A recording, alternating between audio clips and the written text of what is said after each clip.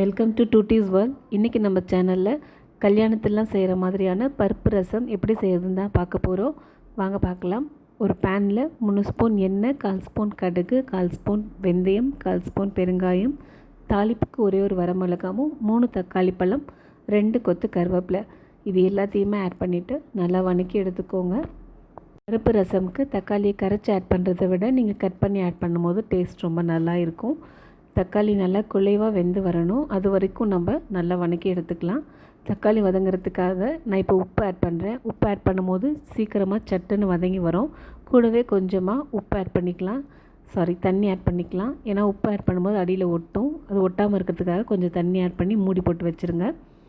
இப்போ பார்த்திங்கன்னா தக்காளி ஓரளவுக்கு நல்லா குழைவாக வர ஆரம்பிச்சிருச்சு. இப்போ இதுக்கு ஒரு சின்ன நெல்லிக்காய் அளவு புளி எடுத்து நான் கரைச்சி வச்சுருக்கேன். பருப்பு ரசமுக்கு அந்தளவுக்கு புளி போதுமானதாக இருக்கும். ரொம்ப புளி வச்சிங்கன்னா அது புளி ரசம் மட்டும் ஆகிடும். ஸோ அதை நல்லா கரைச்சி இதிலே ஆட் பண்ணிக்கோங்க. ஆட் பண்ணிவிட்டு ரெண்டும் சேர்ந்து ஒரு கொதி வரணும்.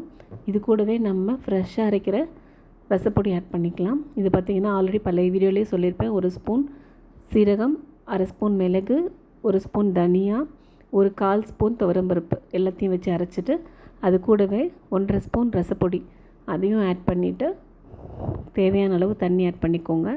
ஆட் பண்ணிவிட்டு ஒரே ஒரு கொதி வரணும். கூடவே கொத்தமல்லி தழை ஆட் பண்ணிக்கோங்க.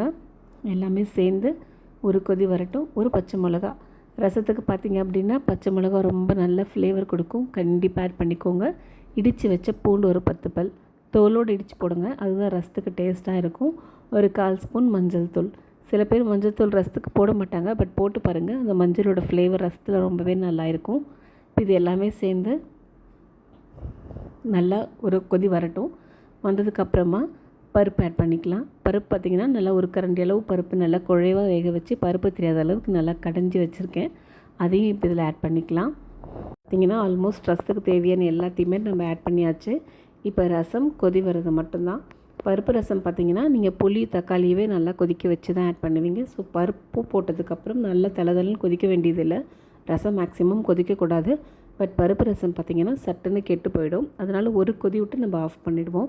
நுரை கட்டி அந்த நுரை தெளிஞ்சு ஒரே ஒரு கொதி வருது பார்த்திங்களா, அந்த ஸ்டேஜில் ஆஃப் பண்ணி வேறு பாத்திரத்துக்கு மாற்றிடுங்க. ரசம் எப்போவுமே அதே பாத்திரத்தில் வைக்கிறத விட கொதி வந்த உடனே எடுத்து இன்னொரு பாத்திரத்தில் கொட்டி கப்புன்னு மூடிட்டிங்க அப்படின்னா அந்த ஹீட்லேயே அந்த கொத்தமல்லி நம்ம போடுற பவுடரோட எசன்ஸ் எல்லாமே இறங்கி சாப்பிடும்போது ரசம் ரொம்பவே சூப்பராக இருக்கும்.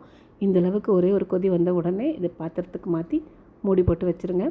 கண்டிப்பாக நீங்களும் ட்ரை பண்ணி பாருங்கள். இந்த பருப்பு ரசம் எப்படி இருக்குன்னு கமெண்ட் பண்ணுங்கள். Thank you so much.